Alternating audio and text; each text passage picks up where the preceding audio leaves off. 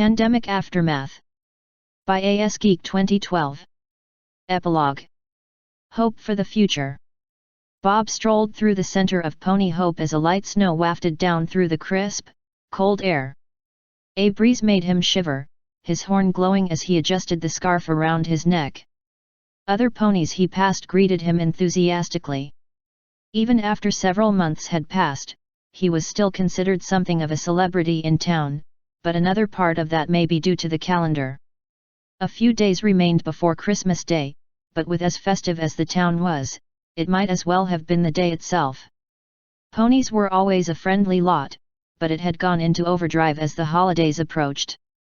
Ponies were not the sole blame. Wherever he looked, he spotted humans among the ponies. Many were relatives of ponies who were in town to celebrate the holiday with family.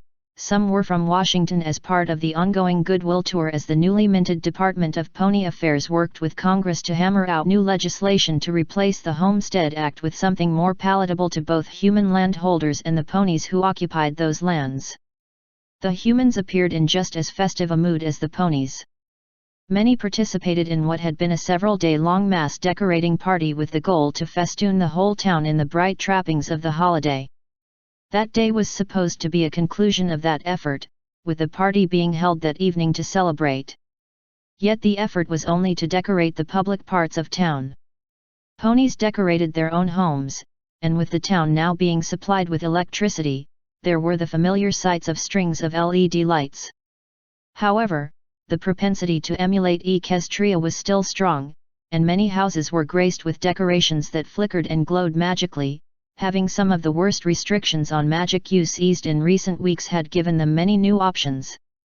Bob entered the town square, where several Earth ponies were helping to erect a massive Christmas tree.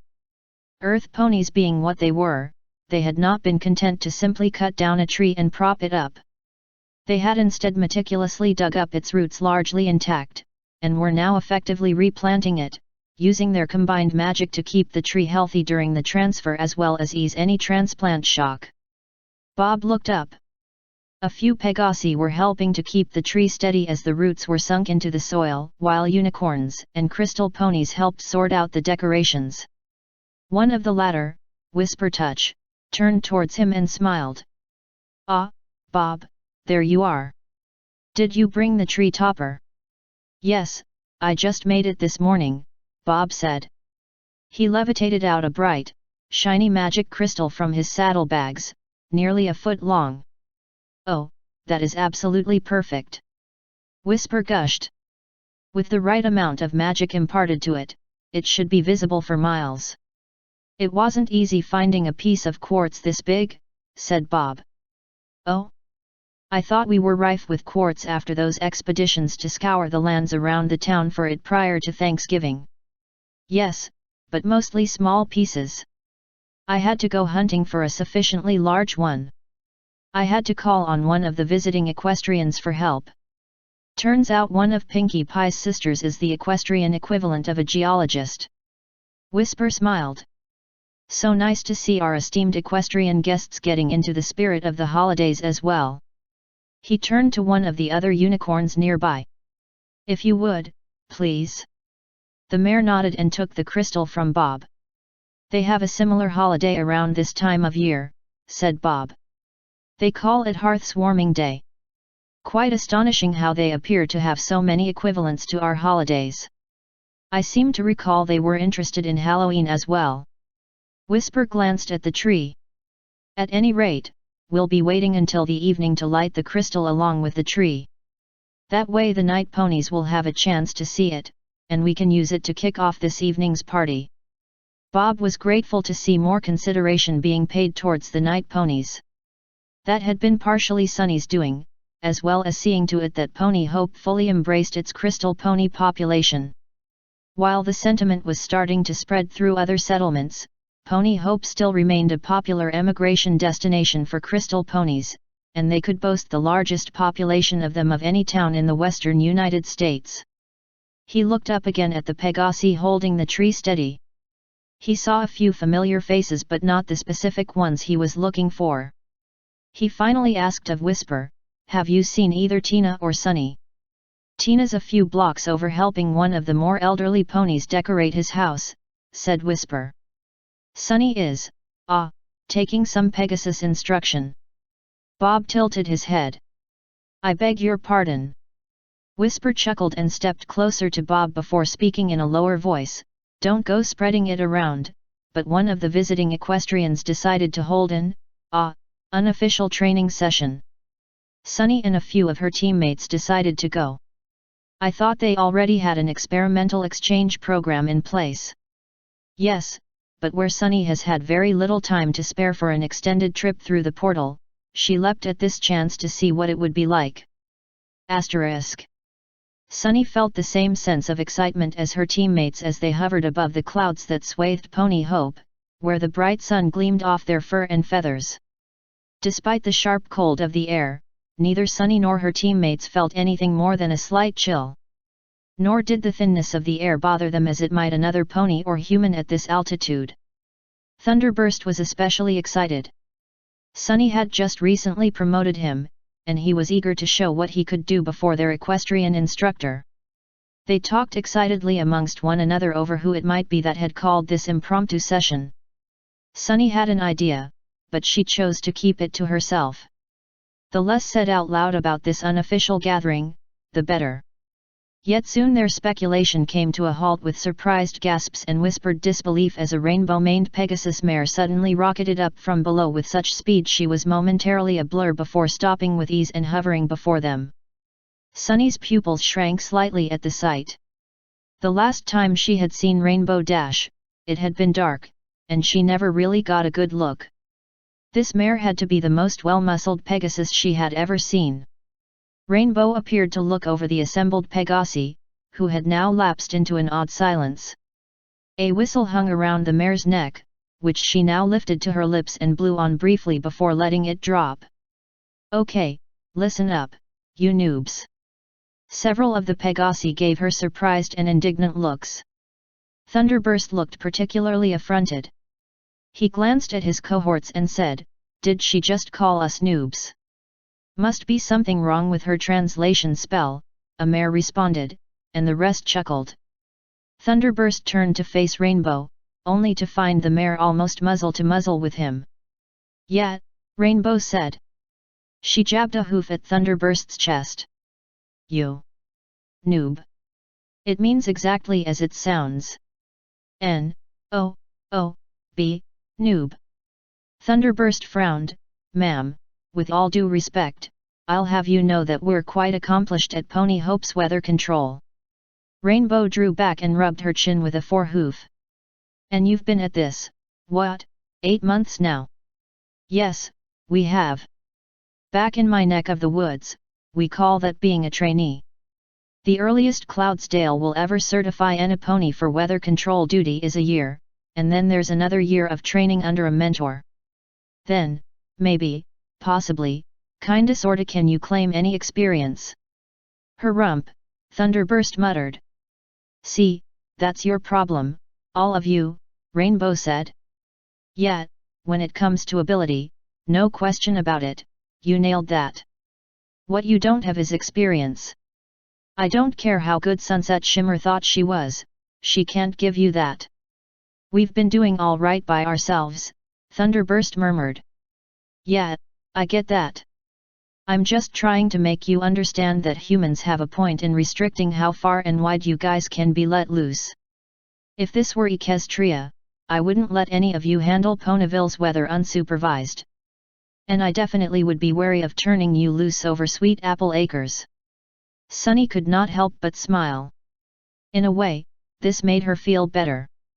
She had always been a little uncomfortable with the comparison to Rainbow Dash, especially after it had started spreading among her cohorts. She was glad for the chance to bring them all a little more down to earth, at least as much as was possible for Pegasi. "You know, there's one pony here that none of that smack talk would hold up against." Thunderburst gestured towards Sunny. "Her."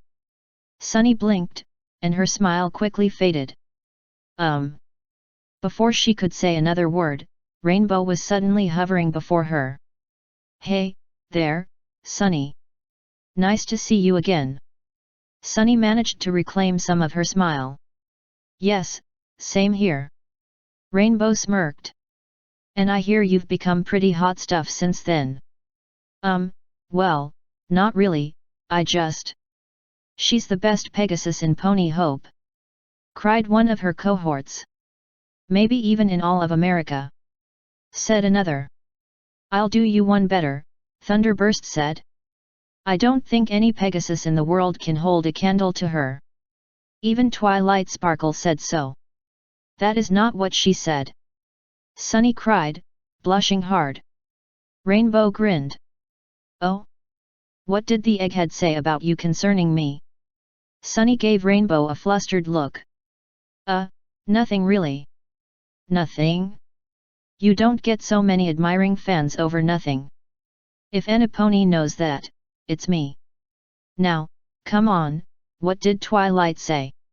She just said she thought she felt a lot of Pegasus magic from me, Sunny said. Similar to what she felt when she was around you. Oh, did she now? And I am not about to let that go to my head. You're right in that we don't have nearly the experience you and your fellow equestrian Pegasi do. Rainbow gave her a conspiratorial grin. Still, it takes something to be noticed by Twilight. And I have to admit, I'm getting an interesting vibe off you. Sunny stared. You are. You just may have the potential that Twilight sensed. Only one way to find out. Which is? She jabbed a forehoof at Sunny and then herself. You and me. One-on-one. Wait, what? A short race, and maybe a bit of endurance flying, Rainbow continued. You up to it? Do it, Sunny. A pony called out behind her. Yeah, Sunny, go show her what you can do. Show her you're no noob. You're the best, Sunny, if any pony can show her up, it's you. Sunny face-hoofed and blushed. Rainbow chuckled. Quite the set of admirers you've got there. I didn't ask for this, Sunny said in a low and slightly quavering voice. And I'm not interested in competing with you. Rainbow shot a short distance up into the air. Then don't. Sunny looked up at her questioningly. Let's make this just a friendly little workout, Rainbow continued. I'm seriously interested in what you can do. If you really are the best out of this group, it'll give me an idea what I have to work with. Sunny considered it for another moment, glancing back at her friends who continued whispering encouragement. She had to admit to feeling something of a thrill at the prospect of exclusive flying time with a Pegasus of this caliber. Sunny nodded and flew up to meet Rainbow. All right, I'll do it. As Sunny's fans cheered, Rainbow smirked and narrowed her gaze. Not that I'm going to make it easy on you. See if you can catch up. And in a blur, she was off. Rainbow's multi-hued trail had barely started to fade when Sunny launched herself forward, leaving her own yellow and orange trail behind her. She spotted Rainbow up ahead, speeding along like a pony bullet. Sunny had never formally put herself to the test with regards to how fast she could fly, she simply knew she could do it in a pinch. Soon she was flying alongside Rainbow, who looked over to her and grinned. Not bad at all. I usually leave new recruits back home in the dust with that. Sunny slowly smiled. Or they're already breathing hard. You really look like you got what it takes. Rainbow chuckled. Or maybe, not. The next moment, Rainbow was simply not there. Sunny looked on ahead frantically, but her trail was nowhere to be seen. It took a flicker of movement at the bottom of her vision to realize Rainbow had made a sharp 90-degree turn straight down towards the clouds. Sunny followed, her turn not quite as sharp, but soon the wind tugged at her mane as she caught up with Rainbow. When the equestrian Pegasus did another 90-degree right at the cloud tops and zoomed across the sky, Sunny was ready. She turned at a more shallow angle and used gravity to assist her in catching up, briefly riding a thermal in a controlled descent to conserve wing power. Once more she came alongside Rainbow. I'm impressed, said Rainbow. You even know how to let the air work for you. Sunny's smile broadened. Now let's see how well you handle some aerial maneuvers where that won't help you. See if you can follow along. Come along behind me and follow my trail. Sunny nodded and dropped behind, and at once she was forced to make a series of abrupt turns.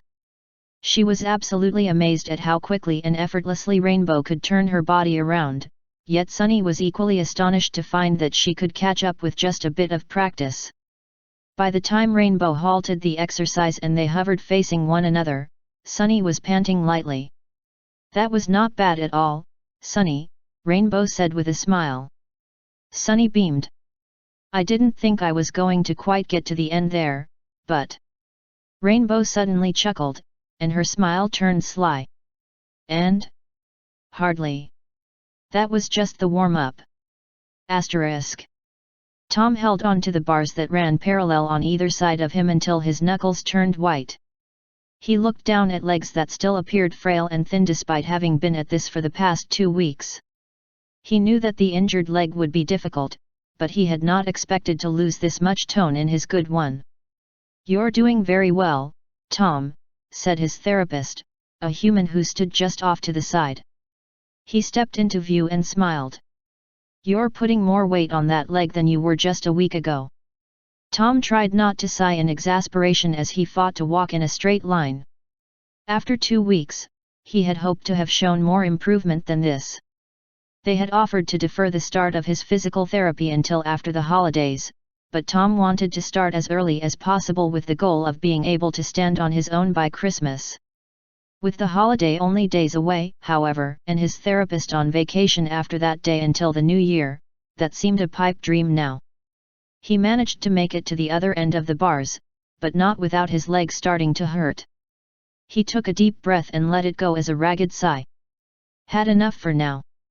His therapist asked. Tom just shook his head and carefully turned around. As he did, he heard a clop of pony hoofs. The therapist's assistant, a unicorn stallion, came around his side and positioned himself so he could see Tom starting back down the track. Halfway through the return trip, Tom stumbled, his face twisting in pain as too much weight came down at the wrong angle. Despite holding onto the bars, he started to fall. At once, he felt a gentle pressure around his hips, and he was lifted upward until the pain eased and he could get his footing again. He glanced down to see his hips suffused by the same colored glow as that which surrounded the unicorn's horn. Got it? The stallion asked. Tom nodded quickly. Got it. Thanks. Tom had to admit that he was impressed. To be able to hold a living thing with enough force to lift them against gravity and not crush them took a deft touch. He reminded himself that it likely would never have been possible had not some of the restrictions on magic been lifted. Tom slowly completed the circuit, but the lingering ache in his leg told him that was going to be the last for that session. Both the therapist and his assistant helped him back into his wheelchair. He let out a frustrated sigh as he settled back down, and the therapist laid a hand on his shoulder. You are doing better, Tom, he said in an earnest voice. I know it can be frustrating when you can't see the progress yourself. Do you really know what it's like? Tom asked. The therapist nodded and pointed to his left shoulder. 3 years ago, I broke my shoulder blade in 3 places. The joint had to stay immobilized until it healed. That gave me a lovely case of frozen shoulder that took months of PT to fix. Tom nodded, feeling a bit guilty for trying to take it out on someone who was only trying to help. Despite all the counseling he had, he still had a lot of anger to get through. At least now he no longer took it out on his family. Ready to head back? The therapist asked. The van should be here by now. The stallion smiled. And your family arrived a few minutes ago. I think they'd like to ride back home with you. A faint smile came to Tom's lips. Yes, I'd like to see them. The pony nodded and looked up at the human. I've got this. You can go get some dinner. Thanks, said the human. Meet you in the cafeteria later. The handles of the wheelchair glowed as the stallion took them in his magical grip, and he pushed the wheelchair out the door and down the corridor of the physical rehab facility. If it helps any, I was no stranger to having a long stretch of PT, said the stallion. Hip surgery. Tom winced. Ouch. Tell me about it. Had an aunt who had that, said Tom. She was never the same again. She was always in pain. Yet, even after the PT, I still had issues. Only this transformation got rid of it. Is that why you stayed a pony? He shrugged. Nah, just couldn't be bothered to change back. I just bided my time until they lifted those silly restrictions on magic so I could get back to what I wanted to be doing. Tom was impressed with himself. He could hold a conversation with a pony other than his family as if it were nothing out of the ordinary. Part of his counseling had required him to reach out more to other ponies. It had taken some effort at first, but now he could do it without even thinking about it. Hey, I never got your name. Paul, said the pony. No pony name? Tom asked. Why change what works? Paul said. Anyway, I wanted to remain a part of human society, and doing a name change is a bitch. This way, I just had to update my ID picture and I'm good. Tom would have continued the conversation, but they emerged in the lobby of the facility, where his wife and daughter were waiting for him. Teresa smiled, and Molly flew over and landed in his lap, wings buzzing as they held her aloft. Without hesitation, Tom laid his hand on her head and brushed his fingers through her mane. It was a simple act of affection, so easy to do now, but one he had to build up to. How are you doing, Dad? Molly asked. Tired, Tom said with a sigh. And a little frustrated. Teresa stepped up. Therapy not going as fast as you want. It never does. But I'll get there. Of course he will. Molly said. And my friends will keep helping in the meantime. That had been the hardest to get used to. While they stayed in Grand Junction, several members of the pony community had taken it upon themselves to assist in maintaining the grounds around the house they were staying in. At first, he couldn't get past the fact that they were likely chimmerists. Then again, he never asked them their political affiliations, and they never asked him his. The only saving grace was that they were all close friends of Water Wings, and Tom had learned to trust that pony, despite the organization he led. Harder to accommodate than even his daughter remaining a pony. There had never been a moment that a formal decision was made. Molly never came out and said, I will remain a pony. That had been the hardest for Tom, to simply accept his daughter as she was and not pressure her one way or the other. Even when she continued to see the counselor at the Rehumanization Center, at least until it officially closed its doors for good 2 weeks prior, he had to stop from hoping she would rehumanize and just see and accept what she did. The van pulled up a few minutes ago, said Teresa. Are you ready to head back home? Yeah, I am, said Tom. I want to put some ice on this leg, it's starting to hurt again. Evie has a spell she says will ease the discomfort, if you wanted to try that. Here Tom had to battle his instincts, not so much against the idea of magic being used on him as reconciling with his sister-in-law. It had meant concessions on Evie's part as well, and Tom had been very grateful that Teresa had agreed and had a long talk with her sister. Sure, why not? Tom said.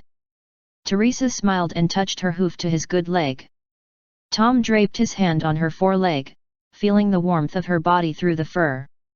Another simple gesture, another former hurdle, and now another expression of renewed love. Teresa let her hoof remain there for a moment before heading around the back of the wheelchair.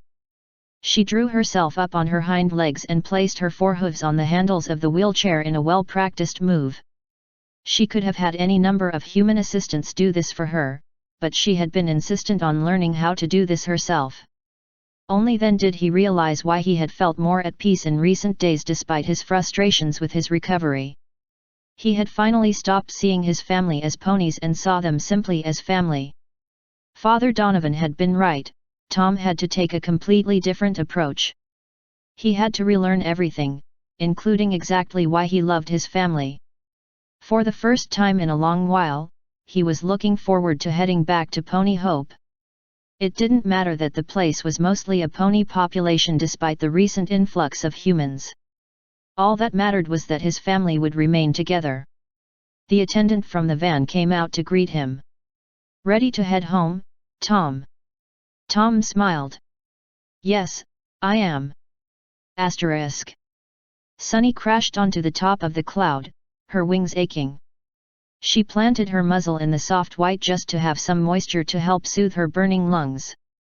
She laid heaving in air until she had regained the energy to rise to her hooves. Her fur and mane were damp with sweat, and the cool wetness of the cloud was a welcome sensation. "Not bad." Sunny turned her head to see Rainbow Dash hovering nearby, having barely worked up a sweat, looking like she could do that exercise another 100 times over. Rainbow smiled. "Not bad at all. Twilight was right, you have great potential. But you left me in your dust," Sunny croaked. Rainbow chuckled. "I tend to do that a lot, yet. So how can you say? It's what I was trying to tell your friends. You've got the potential, but you're just lacking in endurance and experience. That'll come with time and practice." Sunny took a few moments to catch her breath and speak with less of a ragged voice. "I never really wanted to be seen as the best." "I hear you," said Rainbow. "Though to be honest, you could be. You're, what, 17? A Pegasus for only 8 months of that? And you're already this good? And teaching others on top of that. As much as I have trouble underestimating myself, I don't want to overestimate either. Hey, I get that, too. I've had my fair share of taking on more than I could handle. And I'm not as keen on having admirers as maybe you are." Rainbow smiled. "Nothing wrong with that. So long as you love what you're doing, that's all that matters." Sunny had recovered enough that she could use her wings. She lifted off the cloud and hovered before Rainbow. "I really do," she said in a soft voice. "And thanks for not making me feel bad about not being able to keep up with you. I didn't do this to show you up, or to try to take you down a peg," Rainbow said. "I was serious when I said I was interested in what you could do. You really did impress me." Sunny chuckled. "I almost wish it was to take me down a peg, at least in the eyes of the others. Sometimes, ponies need someone to look up to. We don't always get to choose whether to be that pony or not. It just feels like a huge responsibility." Rainbow nodded. "I know. Back home, there's this Pegasus filly named Scootaloo who really looks up to me. I've come to love that little filly more like a sister than a fan." "So how do you handle it?" "By making sure I have friends as well as fans," said Rainbow. "Friends don't care what you can do, only who you are." Sunny smiled. "Yes, I do have friends. I suspect some of them look up to me, but I still feel I can rely on them." "Good. Keep that up, and you'll be fine." "So, recovered enough to head back to the others?" Sunny nodded, and they flew off together at a more sedate pace. "So, what are you going to tell the others about our little race?" "The truth," said Rainbow. "That you have great potential, but need more experience like the rest of you do. I figure that's pretty low-key and gets the message across." "Thank you," Sunny said. "Hey, it's what friends are for, right?" Rainbow lifted a forehoof and held it high. Sunny smiled and lifted her own, and they clopped them solidly together. "You know, I'm going to be really interested in seeing what you've become 10 years from now," said Rainbow.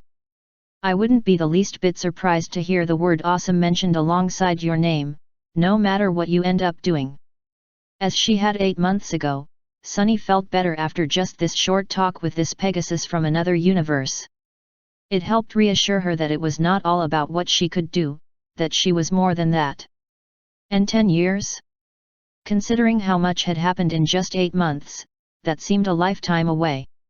Asterisk. The guard marched forward, resplendent in his golden armor polished to such a sheen that it almost glowed of its own accord, adorning the body of an earth pony colt who normally went by the name of Juan.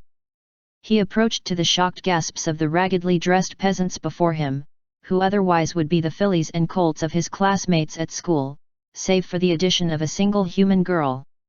"Get back!" cried the guard.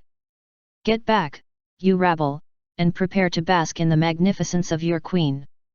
The peasants almost as one dropped their forelegs to their knees, the human girl moving into a deep curtsy and bowing her head. The guard stepped to the side and thumped his spear against the ground as their sovereign stepped forward, resplendent in her robes, golden shoes gracing her hooves, a crown of sparkling jewels upon her head, all adorning a marmalade-colored unicorn filly who normally went by the name of Gina. "What is this?" the queen demanded of her subjects. "Who among you will speak for your lot?" Some of the peasants glanced at one another in confusion. Urgent whispers were traded, and many eyes turned to the only one among them who dared to hold his head up high while the others kept them bowed in the presence of their powerful ruler. Finally, this bold one nodded his head, and a Pegasus colt who normally was called Skystreak stepped forward. "I will speak, my queen." The queen stepped up to him. "And what do you have to say for them? Why do you not toil in the fields?" "It is festival day, my queen," said the peasant leader. "We are taking a well-earned rest." The queen sneered. "Well-earned? While others still starve? Have you not been told to redouble your efforts?" "We have." "Then what of this? Why do you defy me?" "We do not," said the peasant, holding up his head even more, as if the queen's bombast had only further emboldened him. "We are merely upholding the ancient traditions. This has always been the day." "Enough," the queen declared. "Who is your sovereign, peasant?" "You are, my queen." "Yes, I am. Not some dusty tome written by those long dead. And yet, it contains more wisdom than those who would claim to lead us wisely today." The queen stumbled back, the peasant's words as good as if the miscreant had slapped her across the muzzle. The guard surged forward, lowering his spear. "This one would dare to insult you, my queen. Shall I have him hauled away and have your inquisitor deal with him?" The queen frowned but held up a forehoof. "Not just yet." Her gaze swept past the peasant, and she waved her foreleg for him to step aside as she approached the human. "And what do we have here?" The human girl bowed her head and dropped into a curtsy before the queen. "A humble visitor to your queendom, your highness." "Indeed? And what do you bring to us?" the queen demanded. "What tribute do you give to the crown for the privilege of being allowed in our lands?" The girl raised her head. "Only truth, your highness." The queen arched an eyebrow. "Truth? And what value do you place on such a thing?" "Priceless," declared the peasant who stood up to the queen moments ago. The queen whipped her head around and frowned. "I did not ask you. And yet, I still feel the need to speak, as we all have ever since this visitor granted us a revelation into your true intentions. I do not need to hear this. But everyone else does." He stepped up to the human girl. "Speak your truth, as you did to us earlier." The human girl nodded and turned her gaze back to the queen. "I have told them what you have really done with the fruit of the labors of your peasants." The queen narrowed her eyes. "How you are keeping food out of the mouths of your own people to feed an army you are assembling in secret." The queen gasped. That is a lie." "It is not," said the peasant leader. He swept a foreleg towards the other peasants. "And they know it as well. They know you plan on violating the ancient peace and draw destruction upon us." The queen looked on not a group of properly subservient and cowering subjects, but upon a sea of angry and determined faces.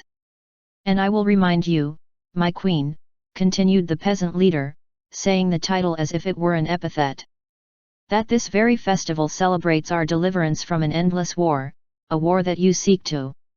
"Sorry to interrupt," came a new and unexpected voice. The peasant leader blinked, and a few others looked on in confusion as well. "But there's someone here who wants to talk to Jenny." Jenny blinked rapidly, and the scene began to dissolve as she pulled her mind back from the narrative. "Av. Gina complained as the trappings of royalty dissolved around her. I wanted to see what happened next. We were just getting to the good part. Jenny smiled. We'll pick it up later. You were all doing very well. That was amazing fun. Gina cried. I can't wait until we get to do this play for everyone at the party tonight. To Jenny, it was always odd whenever someone referred to what she did as a play, as if it really was something invented to give some fools and children something to do for the festivities planned for that evening. She knew these events had played out on some world far from Earth, thousands if not millions of years ago. This was their history, a moment of triumph and glory, a turning point that had ensured another 1,000 years of peace. Yes, that was nice, said the human girl. It was a little weird at first, but once I got into it, it was really cool. I'm glad you liked it, said Jenny. The girl smiled and nodded. I do hope it has a happy ending, though. Jenny's own smile broadened. She would have picked nothing less for the party. She turned her attention to the one who had interrupted the scene, her Aunt Eileen. You said someone wanted to talk to me. Yeah, if you really want to, said Eileen in a wary voice.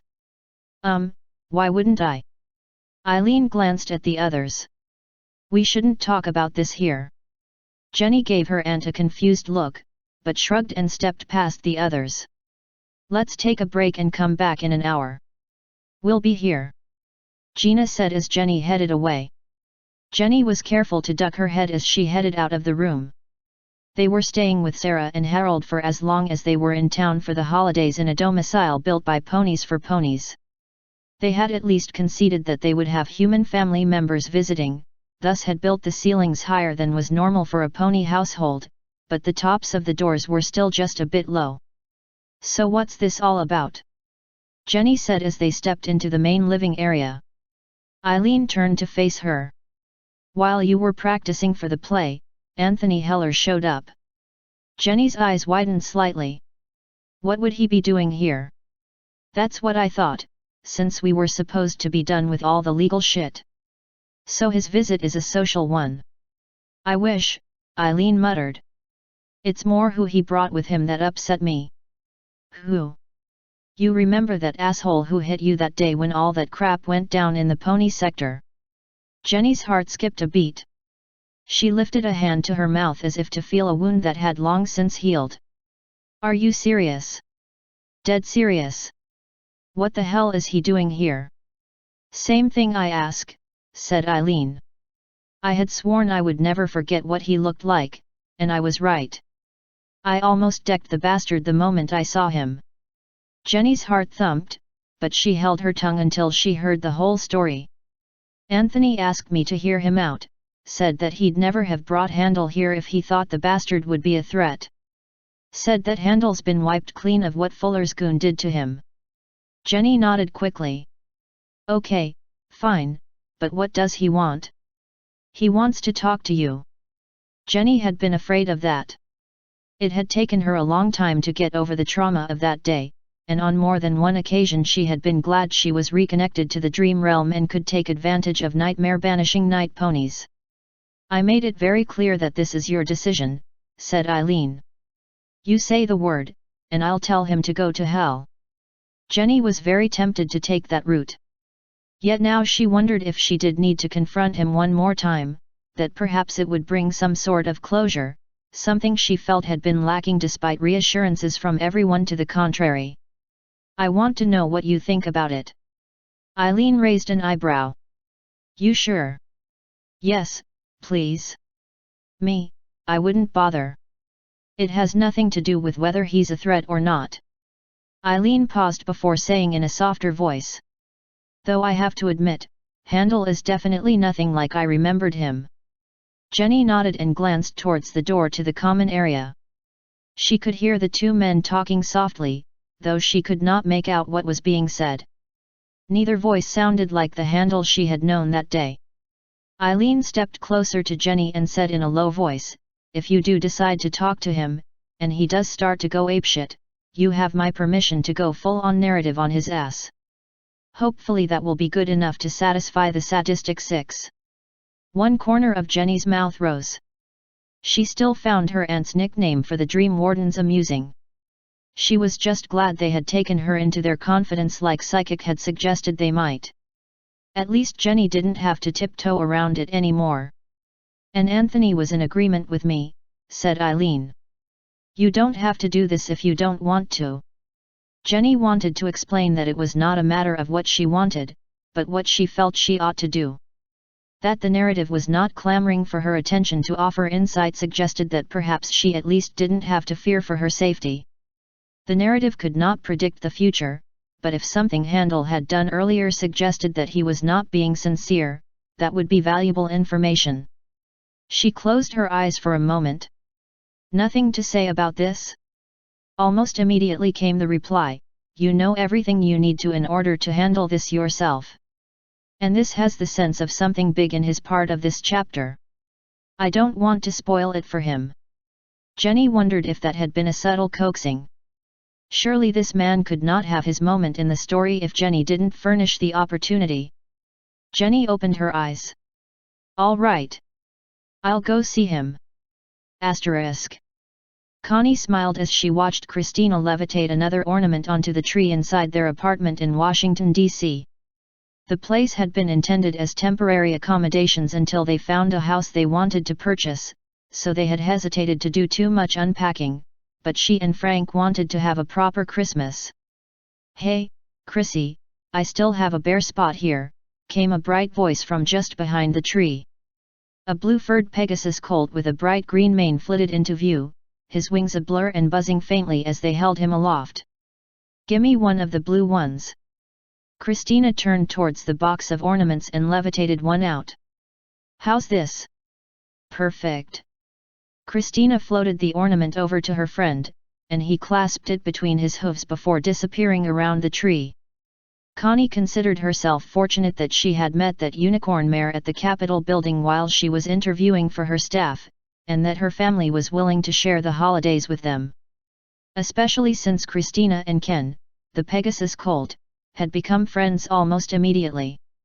As much as Connie wanted her daughter to get along with human children, she wanted her to have pony contact as well. Connie heard hooves against the hardwood floor, and turned to see her unicorn friend and Ken's mother Marie trot into the room. Marie smiled as she said, "The tree is coming along really nicely, Connie." "Thank our two expert decorators here," said Connie. Christina beamed at the praise.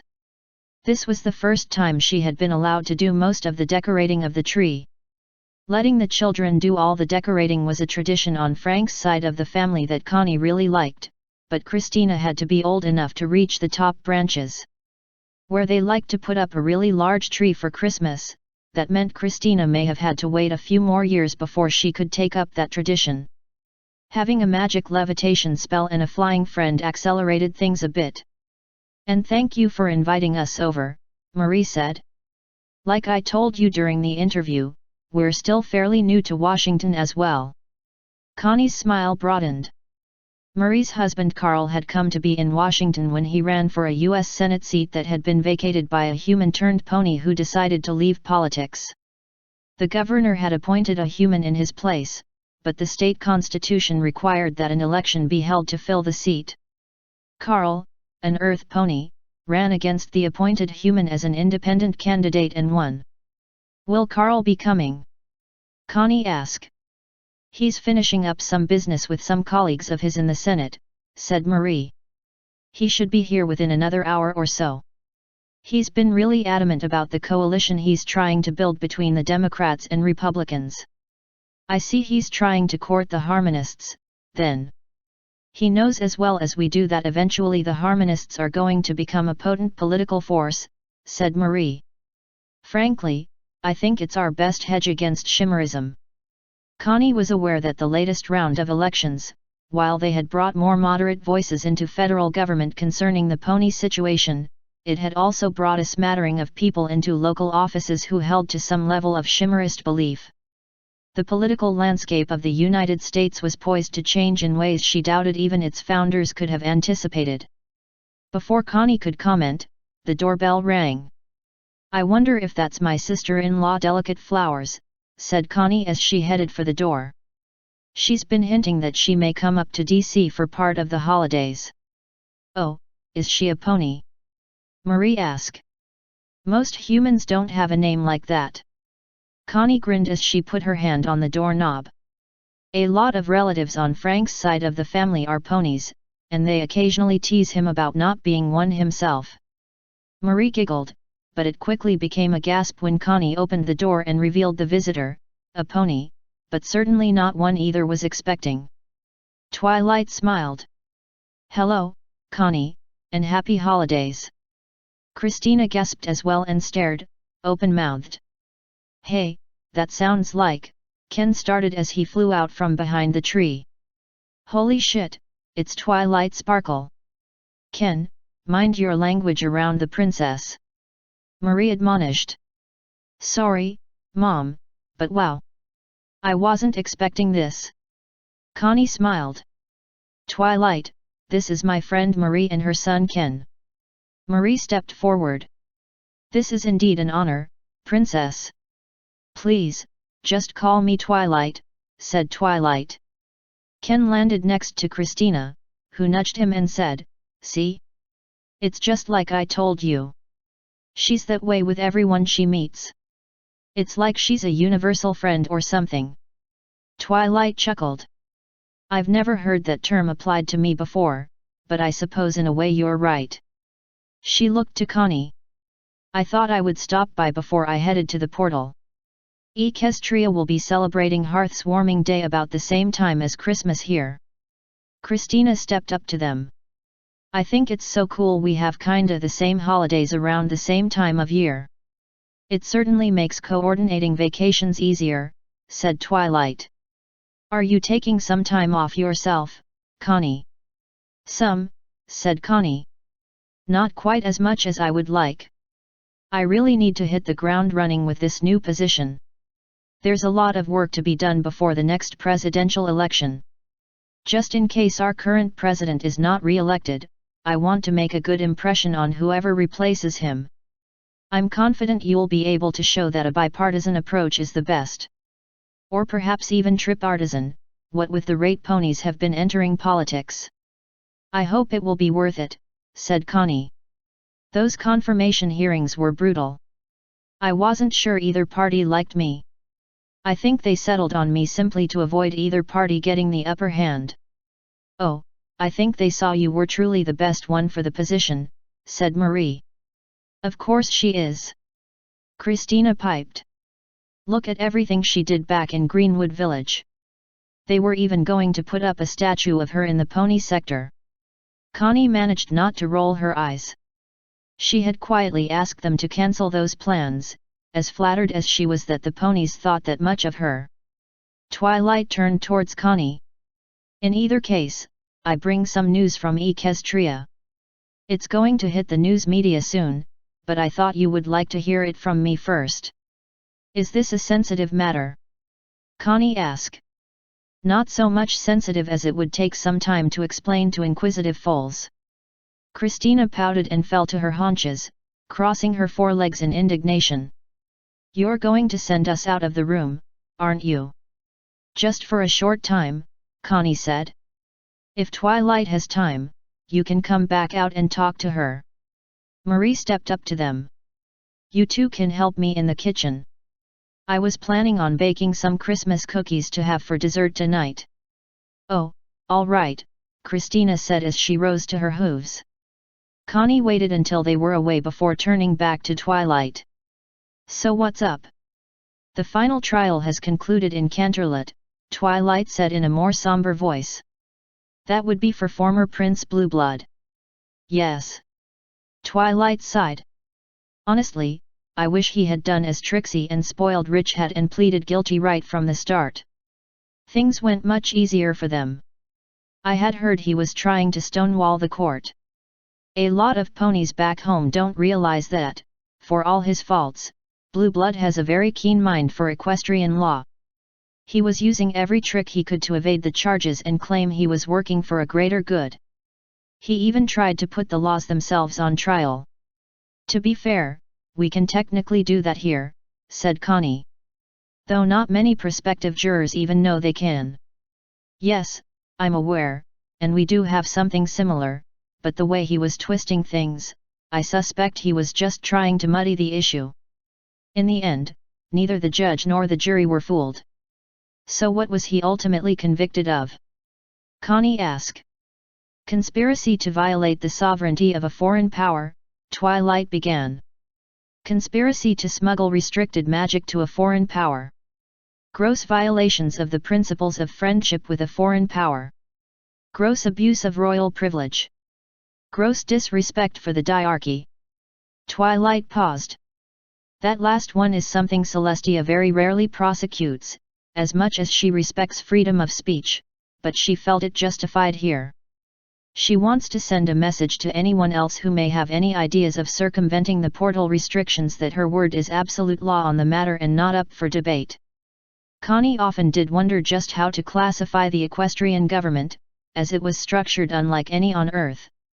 The closest she could come was constitutional monarchy, except there were two monarchs, and they were virtually immortal. The fact that they also controlled the sun and the moon on their world threw something into the mix that nothing on Earth could really relate to. So now the big question, the one on which hinges how my government will react to it, Connie said. I can guess, said Twilight. His punishment? Yes. Realize that we do things differently in Equestria, Connie. Not better or worse, just different. Connie could at least be content they did things quickly. Fuller's trial was still dragging on, despite most analysts predicting that he was facing a lifetime in jail, as he simply had no defense for his actions that could convince a jury. Billy was in a similar situation, though unlike Fuller, he might have the possibility for parole due to giving more evidence against Fuller. Both had to be placed into protective custody just from the sheer number of death threats they received. I doubt you'd have trouble convincing me that his punishment is adequate, said Connie. But I should hear it anyway so I can prepare a defense of it if anyone makes a stink about it on Capitol Hill. Twilight nodded. First off, the stripping of his royal privilege is permanent. Nothing he can do will get it back. Second, he's been banished from Canterlot. Again, permanently. From what Connie knew of how things worked with the Canterlot nobility, and what she knew specifically about blue blood, that was already a big deal. Third, he has been sent to Manhattan, that's a large city on the east coast of Equestria, where they even have places just like ours. Christina's voice suddenly rang from the kitchen. Christina, no listening in. Connie said. Twilight chuckled. It's fine, Connie. I have a feeling I've underestimated her intelligence. Anyway, for the third part of his sentence, Blue Blood will have to live in Manhattan and work as a street cleaner. He'll be paid a fair wage for his work, but only if he actually works. Connie considered. That's a rather interesting punishment, I have to admit. In Equestria, we don't just make the punishment fit the crime, we make it fit the pony as well, Twilight explained. For Blue Blood, this is far worse than simply sitting in a jail cell. I just hope we can get the American government to understand that as well. For how long will he have to serve his sentence? For as long as it takes for him to gain some humility and truly understand why his actions were wrong. And really understand, not just give lip service to it just to get out of his sentence. I'm hoping the fact that he can never return to life at Canterlot Court will be some incentive. Twilight paused before adding in a lower voice, especially given that he broke down and cried just at the announcement of the first part of his punishment. I'll be interested to see the reaction from the media to his sentence, said Connie. I, for one, certainly think it's appropriate. I take it Spoiled Rich and Trixie were given similar punishments.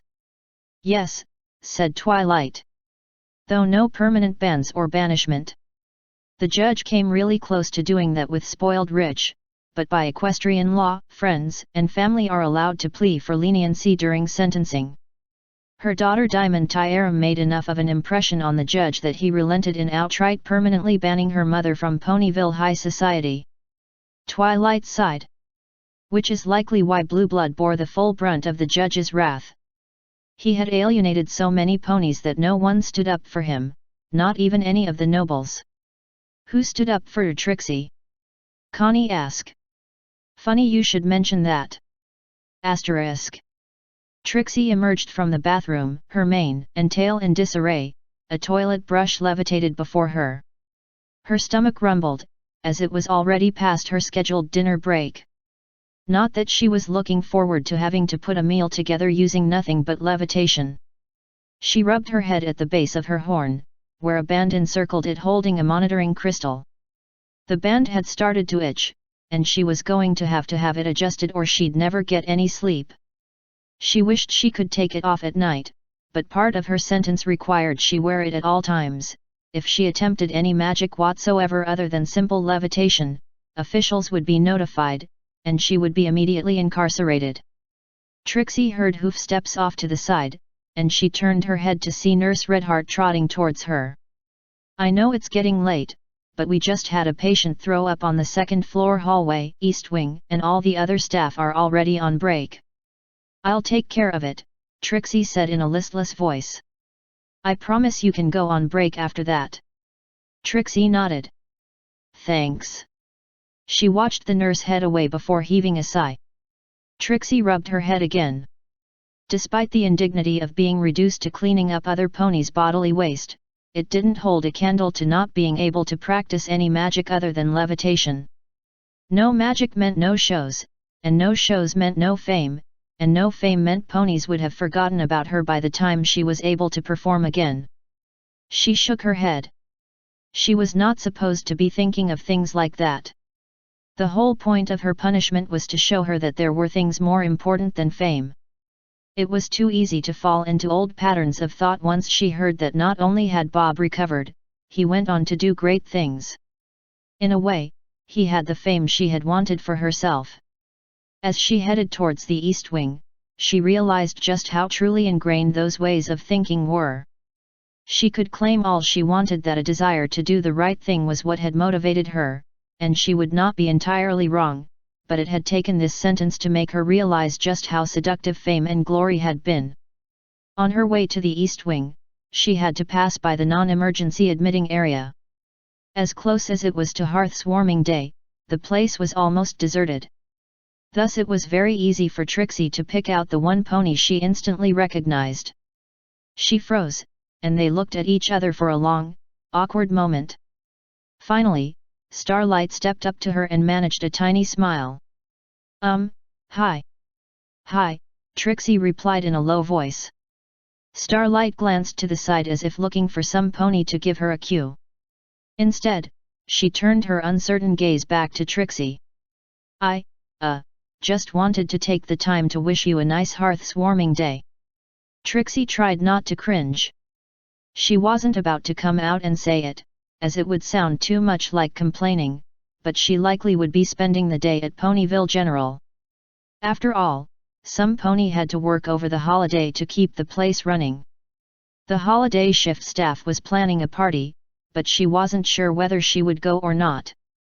She was not feeling particularly festive.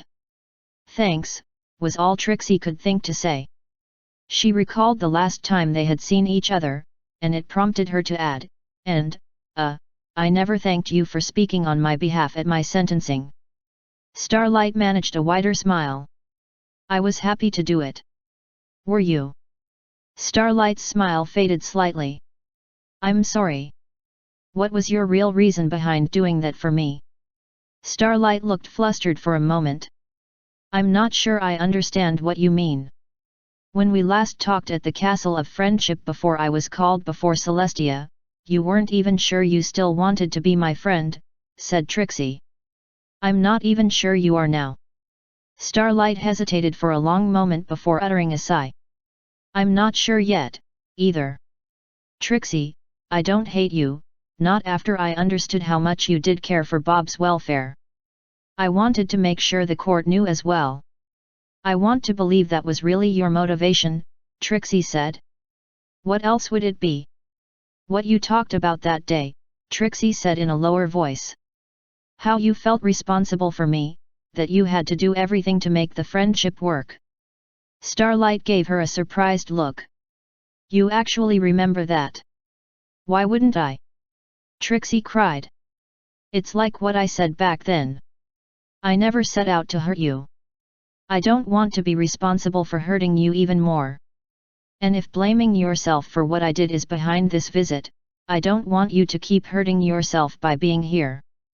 Starlight's eyes glistened. She opened her mouth to speak, but only a choked sound came out. She rushed forward and drew Trixie into an embrace. A shocked Trixie nearly recoiled. Ugh, Starlight, I don't exactly smell very good right now. I don't care, Starlight said in a quavering voice. Trixie slowly relaxed and closed her eyes, accepting the hug and managing one in return. Why are you doing this? She asked, though her voice betrayed that she had needed this contact. Starlight drew back, smiling. Because I know what you just expressed is sincere. I can be sure that you really do care, and you're not just looking to get something out of me. It never was about that, Starlight, said Trixie. Yes, I know that now. Back then, I couldn't be sure. Then please be sincere in return. What's your real reason for stopping by? You're right, I do still sometimes blame myself for your actions, said Starlight. It's a problem I've been dealing with for some time. I'm sorry I made it worse, Trixie said. Starlight shook her head. No, I actually have you to thank, in a way. I've taken my own advice, the same one I've been giving to victims of mind magic on Earth. I've started to see a counselor, and it's really been helping. Trixie managed a small smile. I'm glad to hear that. So I really did want to see how you were doing. I'm managing, Trixie said. In fact, I probably should get going. The vomit is not going to clean itself up. She started to turn away. Wait, Starlight called out. Trixie stopped and turned back around. Starlight appeared to steel herself before she said, I had said I wasn't sure I was your friend. Maybe I can't use that word right now, but I could in the future. What do you mean? Asked Trixie. I want us to be friends, and not because any sort of guilt is motivating me. I really liked what we've done together, not just working on Earth, but before that when I helped you put on shows. Trixie slowly smiled. I never did think I would like sharing the spotlight with another pony. You proved me wrong. And I hope for that chance again, but friendship requires trust, said Starlight.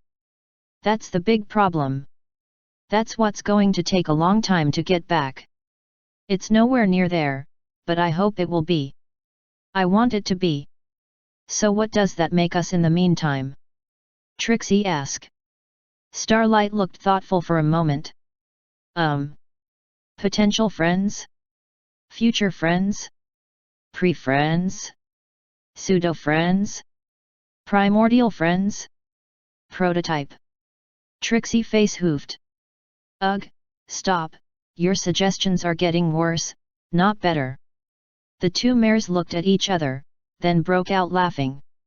Princess Celestia was right about one thing, said Trixie. I really am going to have to work at gaining back what I lost. You'll make it, said Starlight. I'm sure you will. Trixie shared another hug with her former, and hopefully future, friend. The fact that Starlight still wanted to make this work gave her motivation to continue. Humans sometimes said that even the ponies of Equestria had an almost pathological need for friendship. Trixie had scoffed at that idea, but only because she had the luxury of actually having a friend. It was only when she threw that away did she realize how badly she had needed it. Asterisk.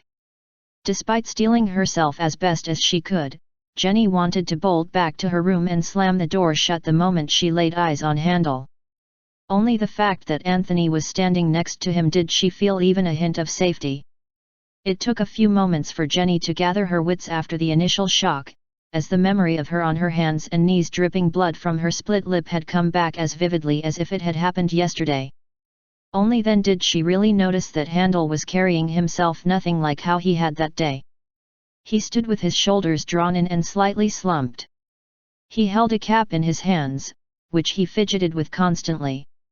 His eyes were subdued, and he had trouble maintaining eye contact. Anthony broke the awkward silence first. "Good to see you again, Jenny. I've heard you've been doing better since we last met." Jenny kept staring at Handel and nodded once. "You likely recognize this man," he continued, indicating Handel. "His full name is Eric Handel. He wanted to come speak to you badly enough that he was willing to go into the homestead lands. I thought it best I escort him so you would feel a little less threatened." Jenny saw Eileen step alongside her out of the corner of her eye. Neither she nor Jenny said a word, neither trusting what they might say given the initiative. Anthony got the message and nodded. "Eric." Eric bit his lower lip briefly and took a deep breath. "Jenny, I want to apologize." Jenny blinked in surprise but remained silent. "What I did to you, that was wrong," Eric said in a choked voice. "I assaulted you for no valid reason. I could tell you I wasn't myself, and I guess that's true on some level, but what that bastard did to me, pardon my language, had to start with something." Jenny stared in disbelief. When she had gotten over the initial shock that this was an apology, she had expected it to go differently than this. The news media had been filled with reports from former FBI agents claiming they had been completely brainwashed by Billy and thus bore no responsibility for their actions. Jenny was still on the fence as to whether she believed that or not, but she admitted to having a biased perspective. Eric remained silent for a few moments and glanced at Anthony, who simply gave him an encouraging nod. Eric turned his attention back to Jenny. "After they got rid of the magic used on me, I realized just how much anger I had even before that. I knew I still wasn't right. So I want to thank you as well." "Thank me?" Jenny said in genuine confusion. "If it hadn't been for what happened, I would never have realized afterwards the problem I have," Eric continued, his eyes glistening. "It had already cost me my marriage, and I just assumed my anger was from that. Instead, it had caused that as well." Jenny felt Eileen drape an arm around her shoulders. She looked up to see Eileen gazing at the man not in suspicion or anger, but with sympathy, even if it appeared a bit begrudging. Jenny herself was not sure what to think. She never had someone pour their heart out like this to her. Was it bad of her to still feel wary around him? "I won't ask you to forgive me," Eric said. "But I just had to tell you that something good came out of it. I'm getting better. Even if you never want to see me again, I just had to let you know." Jenny let out a quavering sigh. She did feel for him, even if it was still hard to see past what he had done. Yet he was doing something that no one else from that FBI operation had tried to do with any of them, actually reach out and try to make amends. She couldn't just ignore that. It was the holiday season, after all. Wasn't that the time for this sort of thing? "Thank you," Jenny said. "I mean, I'm sorry if I can't bring myself to shake your hand or anything like that, I just..." Eric was already nodding. "I understand perfectly. I'm not looking for anything from you, Jenny. This is just... I don't know, another step on my journey, I guess. Another part of your chapter."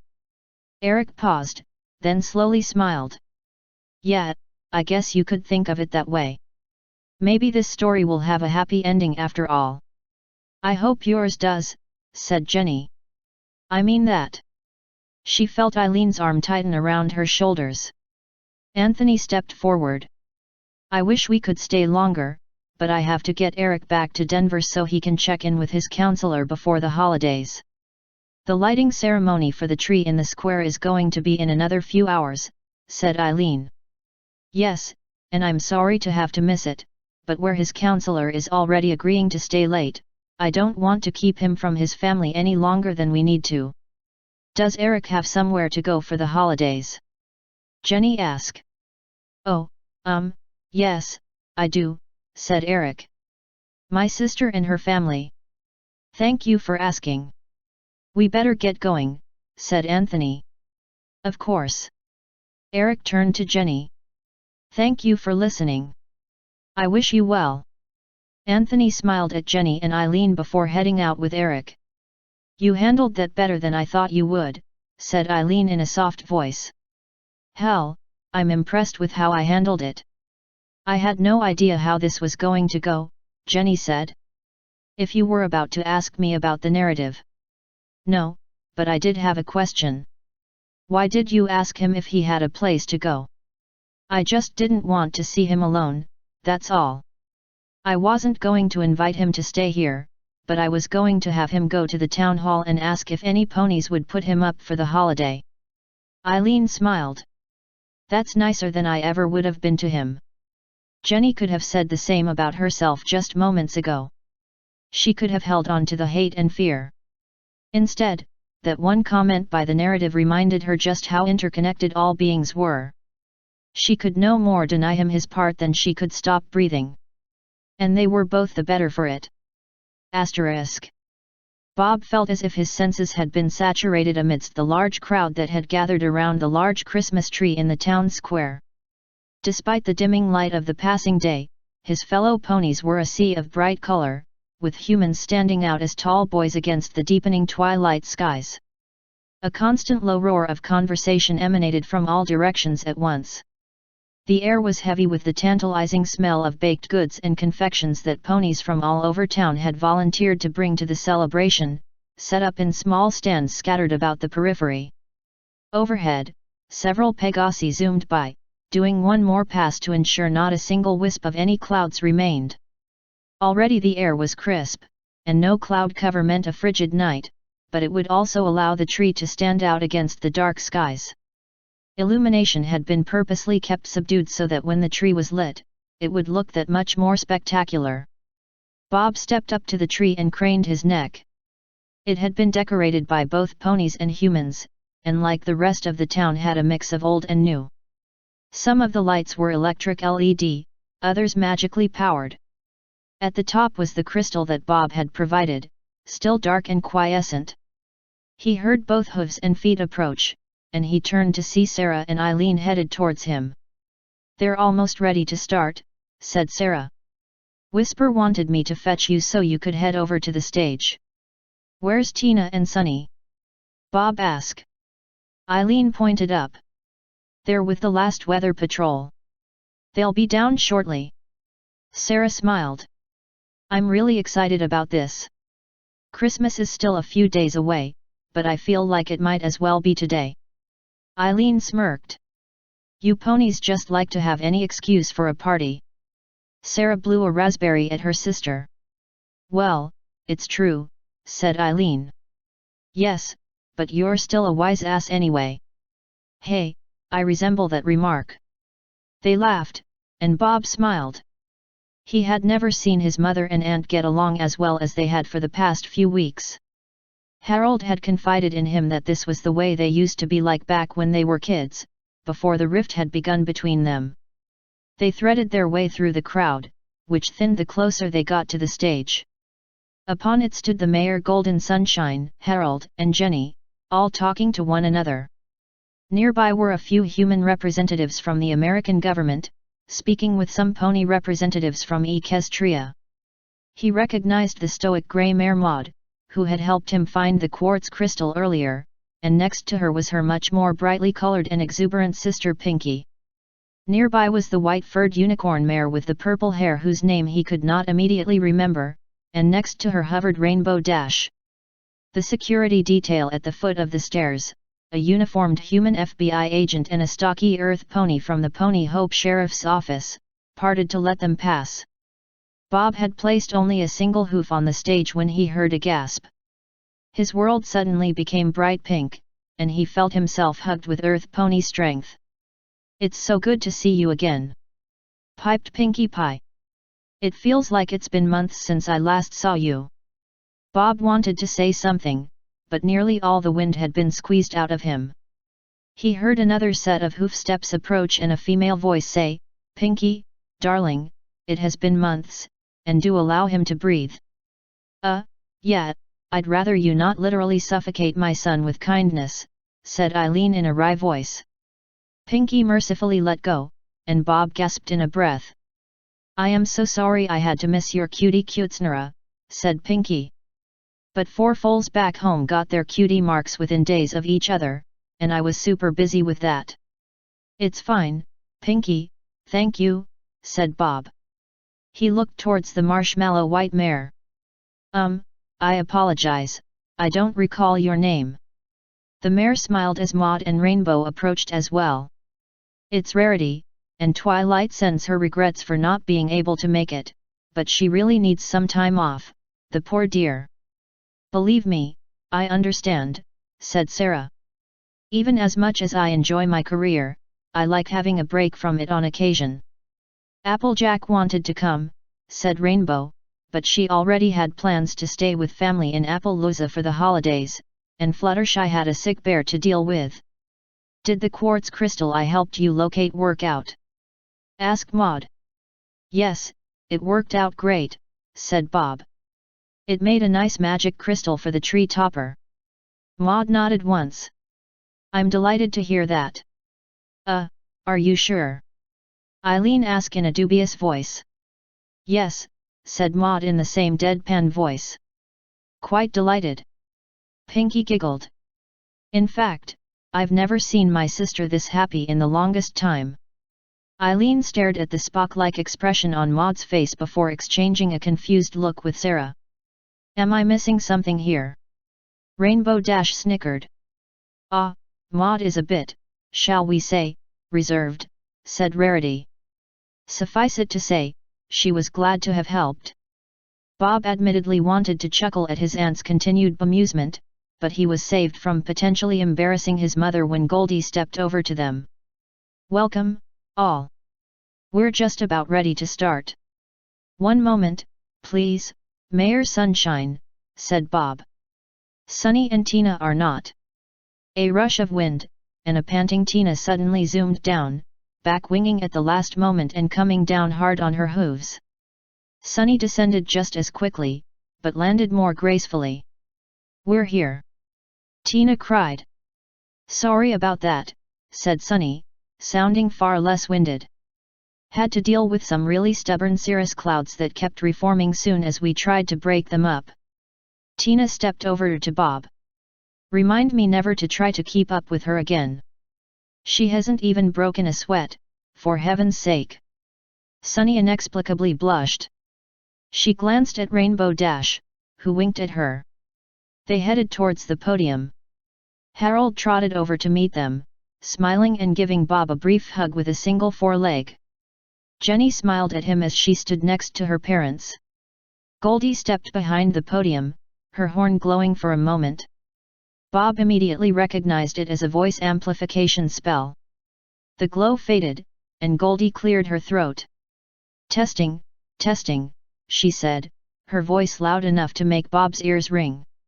She turned towards the crowd, who had started to quiet down.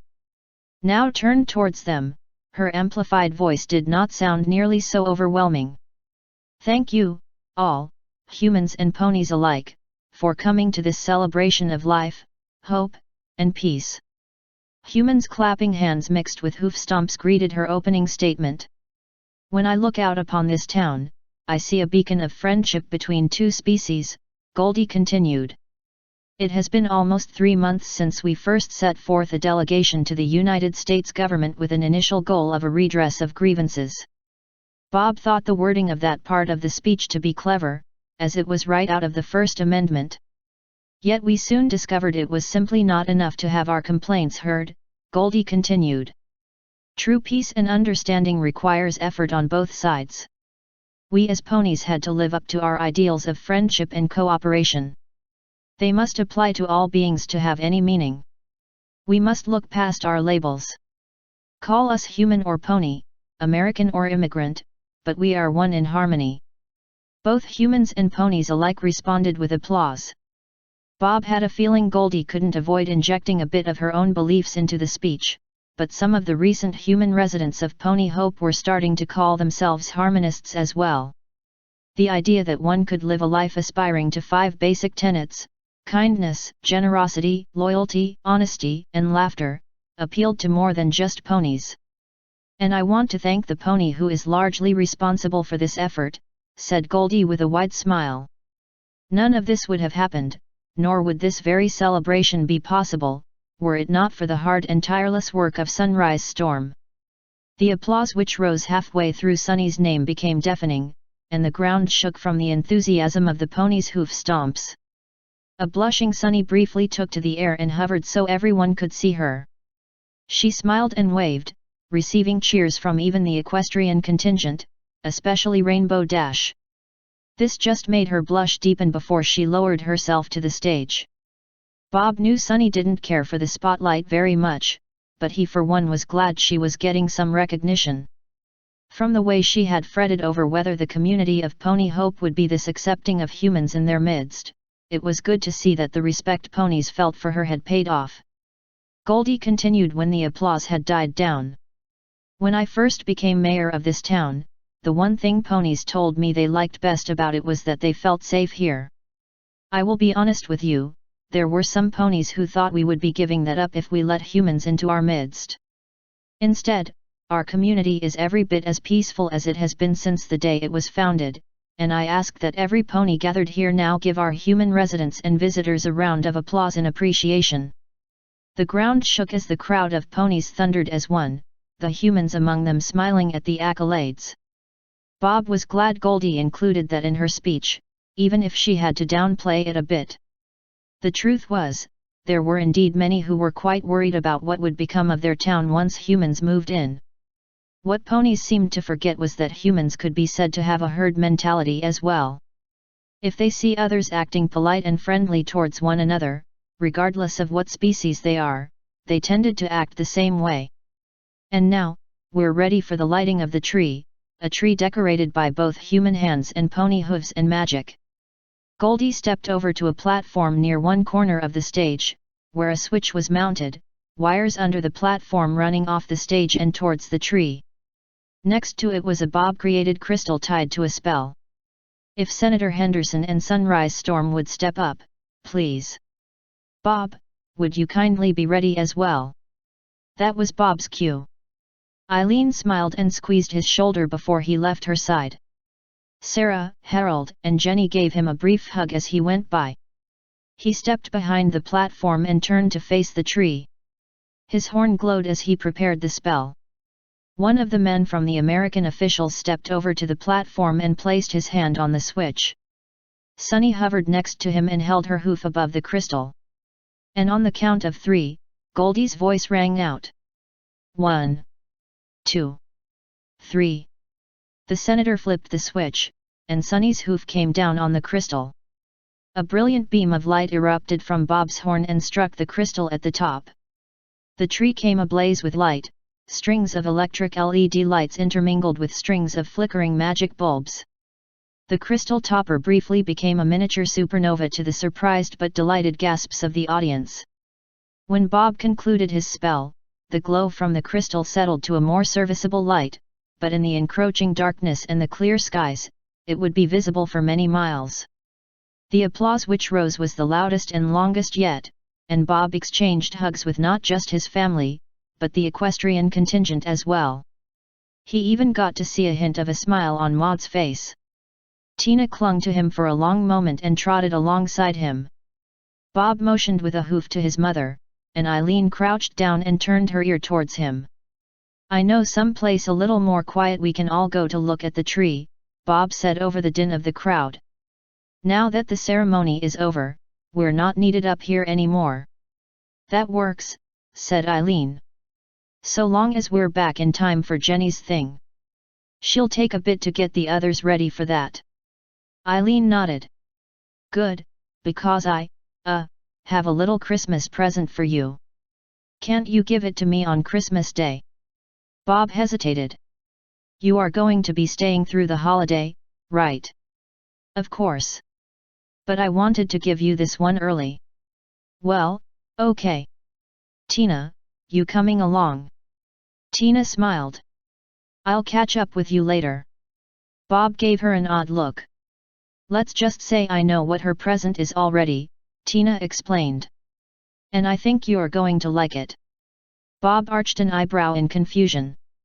He looked over to Sarah and Harold as they approached, and they were wearing wide smiles. Let me guess, you two know what it is as well. Both Sarah and Harold nodded. And you're not going to tell me? They shook their heads. Eileen grinned. Come on, show us that place you mentioned, all this noise is going to give me a headache, and I don't even have pony ears. Bob led them from the stage and around the bottom edge of the tree. The din of the crowd slowly fell away, muffled by several thick branches of the tree. They came to a patch of ground that had been used earlier as a staging area for the Pegasi who were helping to decorate the tree, the ground having been packed firm by pony hooves. Oh, this is a lovely area, Sarah said as she looked off into the darkness. I think I can see the lights from the next pony settlement north of here. Bob glanced at his mother and saw that she had no purse or bag with her. What could this mysterious present be? It couldn't be a gift card, as not enough businesses had set up shop in Ponylands for that. Okay, so don't leave me in suspense, Bob said. Where's this present? Eileen smiled. You're looking at it. Bob tilted his head. I'm sorry. Me? I don't understand. Eileen crouched before her son. I'm staying. Well, of course you are, said Bob. You said you would stay through the holidays. No, I mean for good. Bob blinked. What? I landed a job here in town at one of the restaurants, and Sarah and Harold have agreed to keep putting me up until I get a place of my own, Eileen explained. As much as Bob's heart leapt, the practical side of him prompted the question, but what about Jenny? She has to head back with you after the holidays, doesn't she? She made friends with another girl who was seeing the same counselor. Her family has agreed to have her stay with them. Jenny's looking to go back to high school anyway, and there's one within walking distance of where she'll be living. Bob couldn't hold back anymore. He hugged his mother tightly, and when the tears welled up in his eyes, he let them. Everything he had done, everything he had achieved, everything he had worked to attain, none of it could have given him this. This was indeed something that had to be gifted to him, and it was worth more than anything else he could have wanted. He finally had his mother back. The end. Author's note. Thank you all who stuck with the story to the end. I will be making a blog post in a few days as a retrospective and plans for the future of the series. End author's note. End pandemic. Aftermath.